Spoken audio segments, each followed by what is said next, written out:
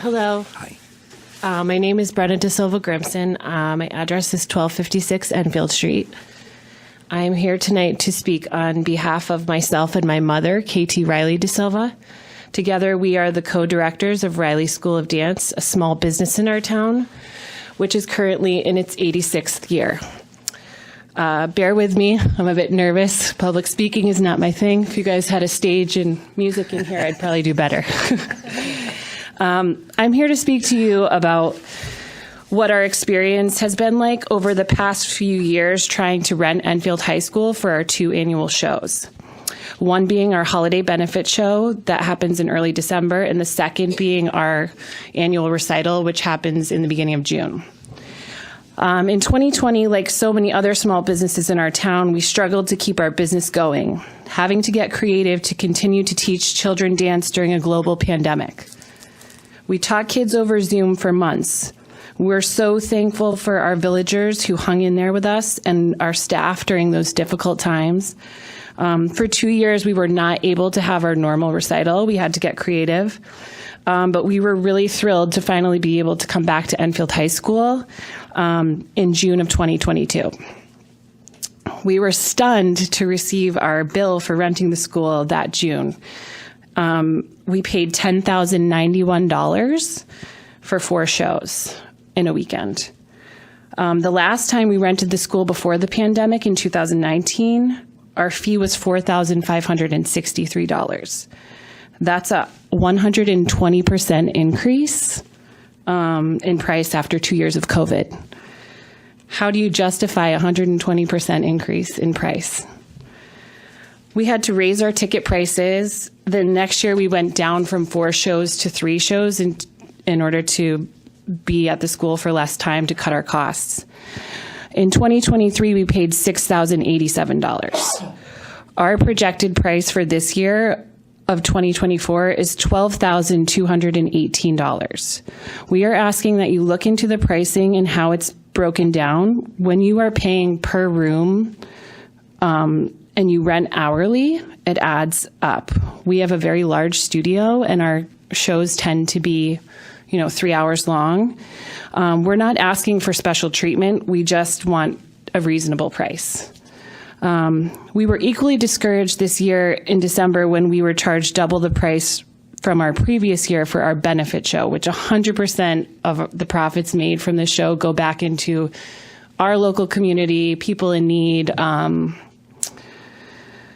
So during this performance, the lighting board stopped working at Enfield High School.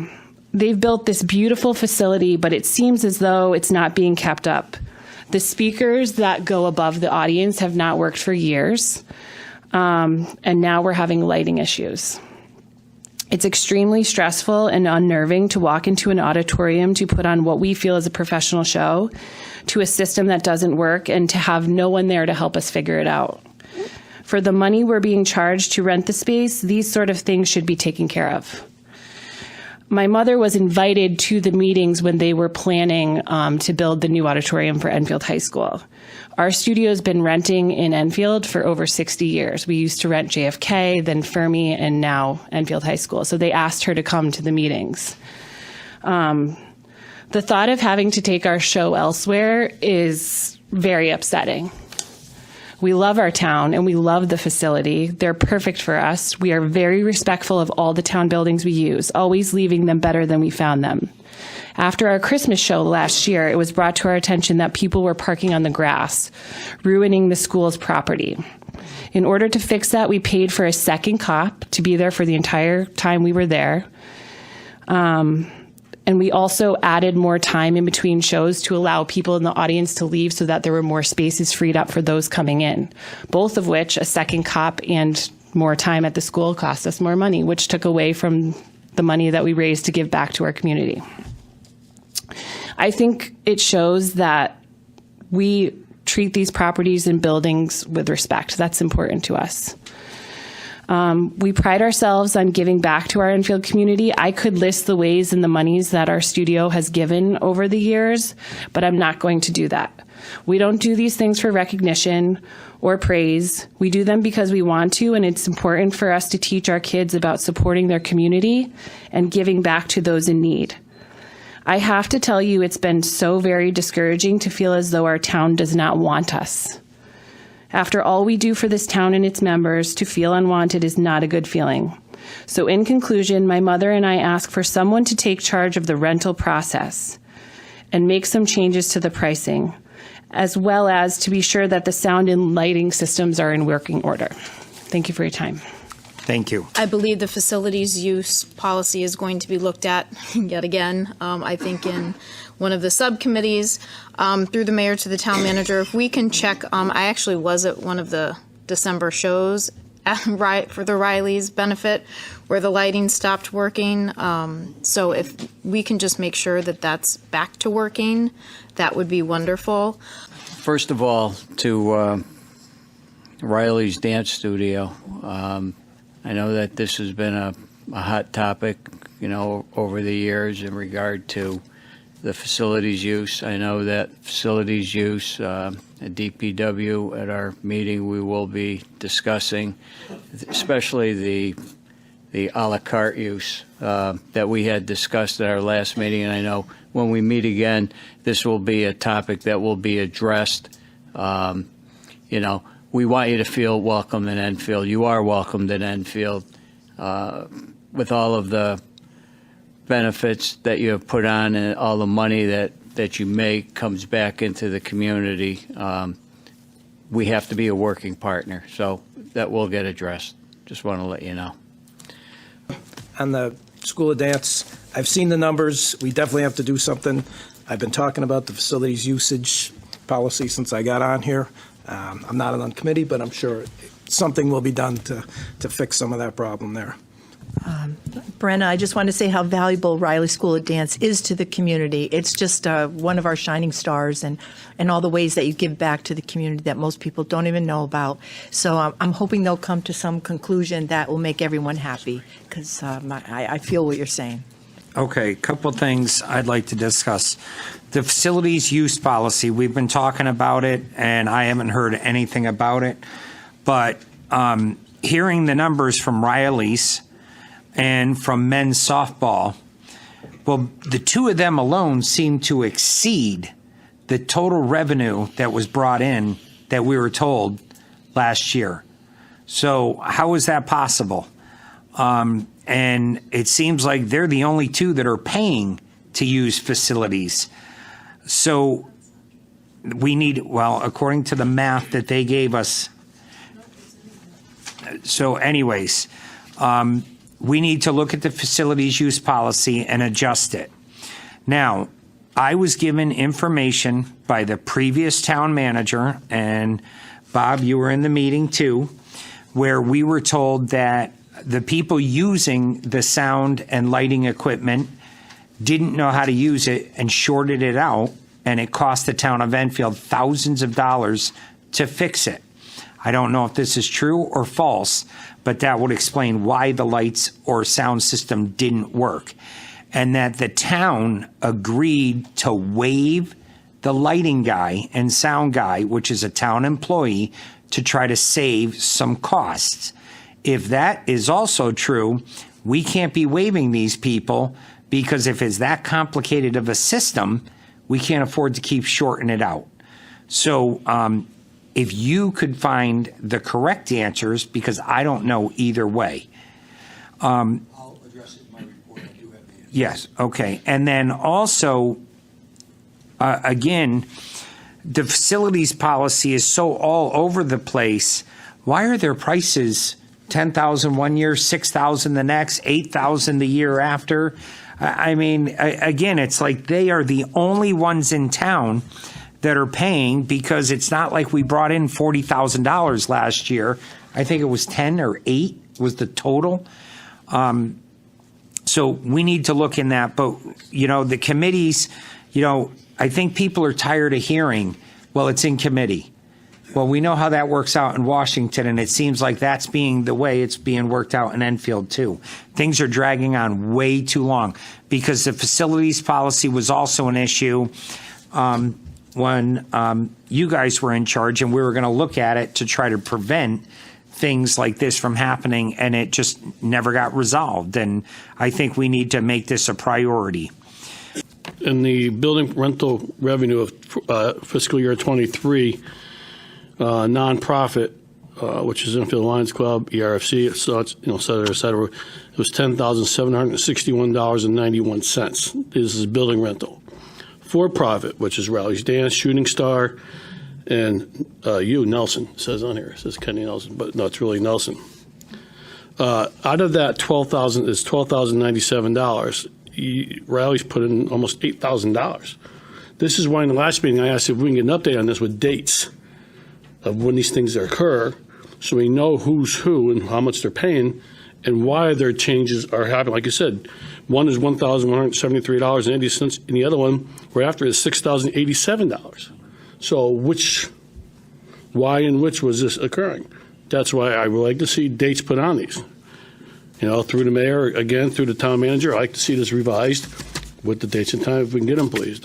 We want to make sure, because it sounds to me like they're not being treated fair. So I'm sorry. I know I had nothing, but when you brought it up, I pulled it out for you. Thank you. In regard, and I'm not going to, I had sent, and I'll send it again tomorrow, a response regarding the facilities and the last use of the high school by Riley's Dance. I've spoken to Mom. I think I spoke to you on the phone, perhaps. They're lovely people. They're committed to Enfield. But the facility use policy does offer a lot of challenges, and we can look at the dollars. But for instance, I just want to say, with love and respect and kisses to the Rileys, the answer in regard to the sound system, we were concerned when they put the new high school in, because it's a multi-million-dollar system. So we got an opinion from, and we put it in the policy, from Paul Russell, the chief technology officer. The recommendation is going to be that outside agencies utilize the town-owned facilities. Only town resources should be used when operating expensive and complex equipment that require attention and care. So the policy has that requirement, and it was, to our knowledge, I researched it before the last recitals, it was working. The prior administration waived the fee and requirement that they have a school employee there to run the system, and then there was the failure they spoke about, disrupted the entire proceedings, inconvenienced everybody. We sent out our top electrician to look at it. He checked it out. He came back. Everything was functioning normally. He said it was user error. So not only did we waive the fee, which inconvenienced them ultimately, we then spent $384 on the electrician to fix it. What I will have to tell you, too, and I know the young lady alluded to the damage to the parking area. Well, I'm not going to put the pictures up. I've sent them to council. I'll send them to you. But the cost to the town, just for building and grounds, to replace this and to reseed and do it, is going to be in the thousands of dollars in the spring. The damage was extensive. It wasn't one or two cars parking where it shouldn't have. So it is going to far outweigh whatever fee we brought in. So as you can see, there's a balance here. And I know the young lady shaking her head. Donald Noon's just texting me other things. I don't know. Steve Belinda in HR says there's my story, your story, and then the truth. So it's somewhere in the middle. So I just bring this to you by way of example that we have to look at the policy and the amounts, the dollars, but we also have to have a cohesive policy to say, the town, whether you make money from it, we certainly shouldn't lose money when we do it. And I think the town, all of you counselors, from your remarks tonight and from my interchange, we respect and revere the Riley family. And this isn't personal to them. There are other examples, but it just points up the fact we have to have a consistent policy. If we have a policy that we require, and we waive the custodial as well, we have to be consistent. There should be no more waivers for anyone. We should have a consistent and fair to all of the users, and it will protect them, it will protect us, and it will protect the investment of the town. So we'll work together. I'll resend that out to you, and I hesitated to make too big an issue, but I think it's important for us to at least get the town employees' side over, and all these things ultimately are policy issues for the council. So I have no further report other than that. Thank you. Hi. Brenna Grimson, 1256 Enfield Street. I just wanted to address a couple of the things that Mr. Bromson brought up when he spoke. In terms of us not using the school's tech, we did use the school's tech, and on two different occasions. Well, the first one, we were supposed to have, I don't know the name of the head person in charge there. He was supposed to be there, couldn't make it, sent a woman who brought her infant child with her in the lighting box to do all of our lights and sound, and didn't do a very good job as she was feeding her child through half of our show. So that was our first recital. And then for the Christmas show that following year, I believe this was 2022, we had a younger guy show up the night before, very upset to be there. They must have thrown it on him last minute. And he called me 20 minutes before our showtime the next day saying that he had COVID. And so I had no one to run the lights. And at which point I called the town manager, and she said to me, and this is 20 minutes before showtime, well, can you postpone your show? I said, no, I already have the audience completely full. So at that point, I asked if we could have our tech people who we know and can rely on to be trained, because it is an extremely advanced system that they put in. And honestly, I would prefer to have someone that I can count on who is, and they trained them a little bit, but it's not, but in terms of it being us who broke the lighting, that's not the case. And also I know that the Enfield High School chorus concert, the same thing happened, and I'm pretty sure that was run by Enfield High School employees who know the system. So, I would prefer, and I have no problem paying for anybody. And then in terms of the parking that you were speaking of, thousands of dollars worth of damage, that was this December, correct? Which I had 2 cops there because of the parking that happened last December.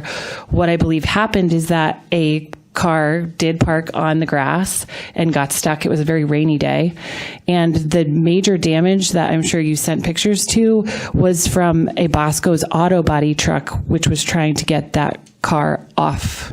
So I have a hard time for it being blamed on us when we were trying to do the right thing, pay for an extra cop. I have no problem paying for anyone who's giving their time to help us do what we do. I would never ask for a janitor's fee to be waived. I would never ask for any tax fee to be waived. That's not why I'm here speaking to you all. It's about the fees for the school. And I think, Mr. Ludwig, in terms of our timeline, we have put in all of our requests for the show in June. Our show is in June. I know we have to pay a percentage ahead of time, but our final, I don't think is due until right before, but I can check on that. And also, I would love to come meet with you, Mr. Bromson, with my mother in private, but I just needed that to be cleared up. I don't want people to think that we're trying to get special treatment or anything. I said when I started, I don't want to be treated different than anyone else. And I was more than happy to use your texts, but they wouldn't show up. And I cannot have that. I have to rely on people who are going to be there for us. So. And I appreciate it. I apologize, but that's the information I got. We can talk about it with you and your mom about the waivers. Yeah, and the that's fine. I just didn't want that to be the last thing said without me speaking on it, because we appreciate the school and treat it with respect and would never, do those things. So thank you.